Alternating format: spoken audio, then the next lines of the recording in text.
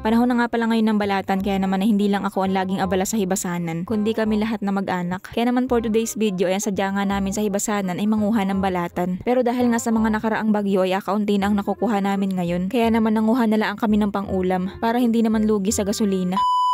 At yun na nga guys for today's video. Ano pa nga baga, ipapunta na naman kami ng hibasanan. Pero hindi para manguha ng pang-ulam, kundi para maghanap buhay. Palagi ko na nga pala nababanggit sa mga vlog ko na ang hanap buhay nga talaga namin ay pangunguha ng sea cucumber o balatan kung tawagin din sa amin. Pero binanggit ko na nga rin pala ulit ngayon kasi nga paulit-ulit ako.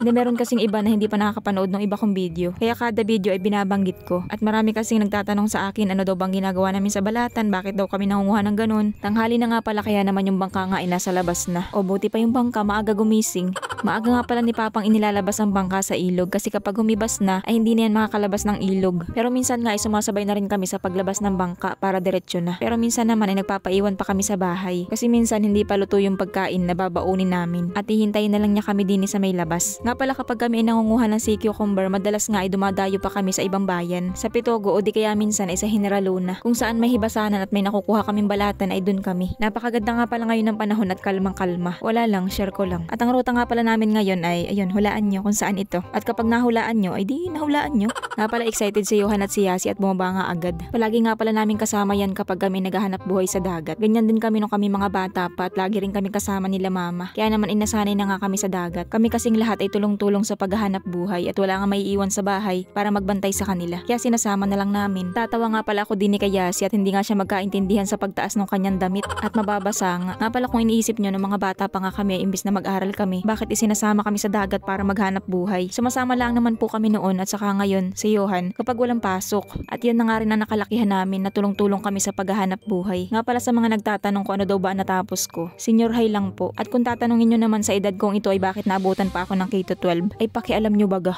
Nagkaroon po kasi kami ng problema noon kaya patigil-tigil ako sa pag-aaral. Tapos nung nakagraduate na nga ako ng senior high, masyado akong bida-bida at ayoko nang mag-aral. Gusto ko nang kumita ng pera para makatulong kila mama. O diba, proud pa ang animal na hindi nakapagtapos. Hindi naman mahirap mag-apply ng trabaho kahit hindi ka graduate ng college. Yun nga lang, pagdating sa trabaho ay talagang malaki ang pagkakaiba ng graduate ng college. At kahit nga may skills ka, wow skills, hindi mo yun magagamit kasi wala kang diploma. Pero palagi nga sinasabi ng iba, wala naman yan sa diploma. Nasa diskarte mo yan sa buhay. Pero alam nyo, mas maganda talaga kung diskarte at diploma ay magkasama yan. Tapos samahan mo rin ng kasipagan. Kaya para sa akin, kung gusto nyo talaga makatulong sa magulang nyo, mag-aral kayong mabuti. Pero yun na nga, grabe. Grabing layo na nang naabot ng usapan. Pero yun na nga, mabalik tayo. Wala pa nga pala ako nakikitang balatan. Pero may nakita nga ako ditong palanghitan. Nasa butas ng bato. Kinakadukot ko nga pala siya ng pangkawit at hindi nga siya nakatiis at lumabas na. Kaso nga lang masyado akong mulog dito. Dapat pala pinalabas ko muna ng tuluyan bago ko hinampas. Di bumalik ulit tuloy sa loob. Tapos ayun nga, hindi rin siya nakatiis at lumabas ulit. At unang hampas ko nga ayun, tinamaan. Abay, nakachamba. Nga pala itong pinangahampas ko, ito nga pala yung pangkawit namin kapag kami ay nangunguha ng balatan. Pinandudukot namin sa ilalim ng bato. At sinadya nga namin na ang dulo nito ay lagyan din ng tilos. Para kapag makakita nga kami ng ganito ay mahuli namin. Ang mga ganito nga palang palanghitan ay meron talaga niyaan sa mga butas ng bato. Kapag yung butas ng bato ay may kalkal. Pero bihira lang din kasi yung iba na may kalkal ang bato, kalantigas ang laman. Yung maliliit na crab na kung tawagin sa iba ay kalantugas o aniit. O kayo nang bahala kung anong gusto nyong tawag doon. Tapos yun na nga, nakakita na nga pala ako dito ng balatan. Ito nga pala ay klase ng balatan na kung tawagin din sa amin ay kaki. Marami nga pala ang klase niyan. Tapos ayan nga, nakakita nga rin pala si Papa ng palanghitan at kanina pa nga pala yan dinudukot sa bato at lumabas na nga rin. Tinamaan nga din pala pagkahampas ko kaya nga lang hindi masyadong tinablan. Medyo mapurol kasi ang talim ng aking pangkawit. Tapos ito nga pangalawang paghampas ko, napamura pa nga ako dyan. At nagulat ako, akala ko akagatin na ako ay.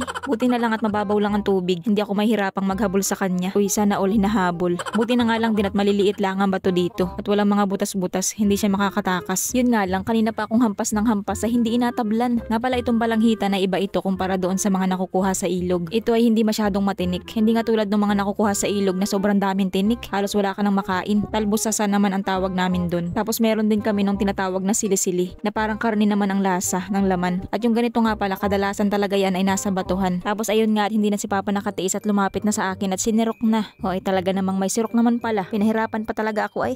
Tapos napansin ko nga din sa may buhangin na may bumubuga ng tubig. Katulad din ito ng mga nakita ko doon sa may amin. At nung tiningnan ko nga yung laman, ayan, ganyan nga rin siya. Cockle shell. At ang nakakatuwa nga dito, ang lalaki. Kumpara doon sa dati kong pinanguha. Tapos Tapos may nakita nga rin pala ako ditong ganitong klase ng shell. Hindi ko alam kung anong tawag dito. Sa lugar nyo guys, anong tawag nyo dito? Gaya nga nitong kakal shell, hindi mo rin siya mapapansin din sa buhangin. Sa pagbugalaang nila ng tubig, dun mo lang sila mapapansin. At dahil nga kanina pa kaming uli ng uli, tapos sa isa pala nga nakikita naming balatan, kaya na may naisipan na lang namin ni Johan na manguha na lang ng ganito. At ang taga-video nga pala namin ngayon ay si Yasi. Wala lang, share ko lang. Umuupo nga pala kami ng ganyan para mas madali naming makita yung pagbuga ng tubig. At saka dapat sa ganito dahan-dahan ka lang kumilos. Kasi kapag nakandag yung tubig, humihinto yung pagbuga nila ng tubig.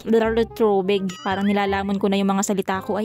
Naalala ko tuloy yung nanghihingi sa akin ng tips sa pagbo-voice over. Naku naman sa akin pa talaga nang hingi ng tips. Pero ito na nga, kapag magbo-voice over ka, dapat lagi kang bulol. Hindi ko alam kung makakatulong ba ito sa pagbo-voice over mo, pero ang style ko kasi sa pagbo-voice over, para lang ako nakikipagkwentuhan sa mga kaibigan ko. Natural lang kung ano yung punto namin, kung ano yung salita namin dito, yun yung ginagamit ko. May mga nagko-comment nga rin pala sa akin sa TikTok na iba daw yung voice over ko kumpara doon sa mga ibang vlogger na parang Doraemon daw. Alam nyo, nag-search pa talaga ako nun kung ano ba yung tinutukoy nilang Doraemon.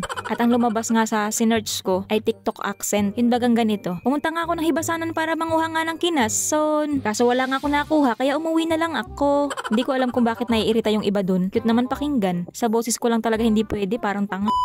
At yun na nga, mabalik tayo at mapapalayo na naman ang usapan. May nakita nga pala dito si Johan na klase ng shell na kung tawagin din sa amin ay tibulbok daw. Sayang nga lang at hindi ko na ipakita sa inyo kung ano yung hitsura nila kapag sila ay nasa buhangin. Kinuha kasi agad ni Johan. Next time na lang kapag nakakita ulit kami. Tapos may nakita nga rin pala si Johan dito na hindi ko alam kung ito ay talbusasa o sili-sili. Mamili kayo sa dalawa. Basta yan ay klase ng il. May napanood ako nag-vlog ng ganyan. Ginawang isaw. Wala lang, share ko lang. May nakita nga rin pala kami ditong pagutungan pero hindi na nga namin kinuha at maliit pa. At sa tagal nga ng pag-uuli namin din sa hibasanan ay nakakita na ulit kami ng dumi ng balatan. Kapag nakakita ka ng ganyan, magtingin ka lang sa paligid, nandun lang sila. At base nga sa kanilang dumi, malalaman mo agad kung anong klase ng balatan yan. At ito nga pala nakita namin yan ay kaki. O yung katulad nung nakita namin kanina. Iba-iba kasi ang dumi nila, nakadepende sa klase nila. Parang sa tao lang din ay iba-iba ang dumi. May dilaw, may green, may brown, may black. Yan na talaga ay yanong lamog. Pasintabi po sa nakain. Napakahirap nga palang hanapin kaya naman na iniwan na namin. Kapag kaki talaga mahirap yan hanapin at halos kakulay laang sila ng bato. Kapag kami ay nahihirapan sa paghahanap, hindi na namin inahanap, diwag kung ayaw. Taib na nga pala at pauwi na kami. Tapos si Papa nga ay busy din sa paghuhughog ng balakwit. Nakuha daw niya din sa may pinunduhan ng aming bangka. So bali ito nga lang pala yung mga nakuha namin. May nakuha nga pala si Mamang mga talabang kuya. Kinuha na niya yung laman. Tapos ito naman yung mga nakuha namin ni Johan. Isang balatan lang yung nakuha namin. At ito na nga pala lahat yung nakuha naming balatan. Puro kaki. Grabe, walang paglagyan sa dami.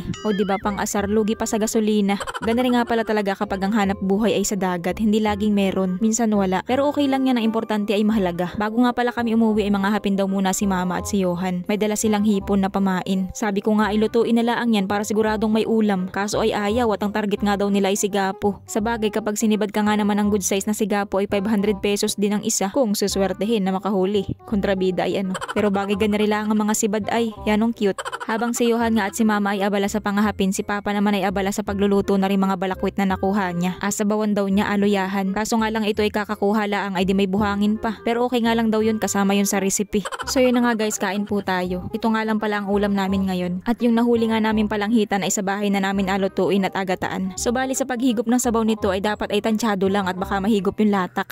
Pero hinugasan naman naming mabuti yan. Hindi mo nga lang talaga lahat makakain yung laman kasi mabuhangin pa. Pagkatapos nga pala namin kumain ay umuwi na rin kami. At may pupuntahan nga si Papa. Hindi na rin sila Mama nakapanghapin. Pagkarating nga pala namin ay gagataan ko na nga ito mga nahuli namin palang hitan. At gawa ng grabe, ang bilis ng oras, mag-aalas 12 na agad. At bago nga ako magluto ay tinulungan ko muna si Papa sa pagbara nitong bangka din sa may balsa. Wala lang, share ko lang. Nga pala bago tayo magpatuloy ay shoutout muna kay Cyrene Macha. Macha o Maka? Bahala ka na. Carmela Candaba, Samuel Gomez, Maricel Laranyo, Cyrus Doclayan, Macronel Segera, Angel Gabrinao, Tessie Mangale. Birthday daw niya noong January 27. Ay sorry po at ngayon ko lang nabasa yung comment mo. Belated happy birthday po. Jeric Toscano, Martinez Family, Quen Laura, at kay Joshua Guarte. So yun na nga, luto na ang ating ginataang palanghitan. Nga pala may mali sa luto ko. Dapat pala hindi ko isinabay yung suka sa gulay. E di yanong kunat tuloy.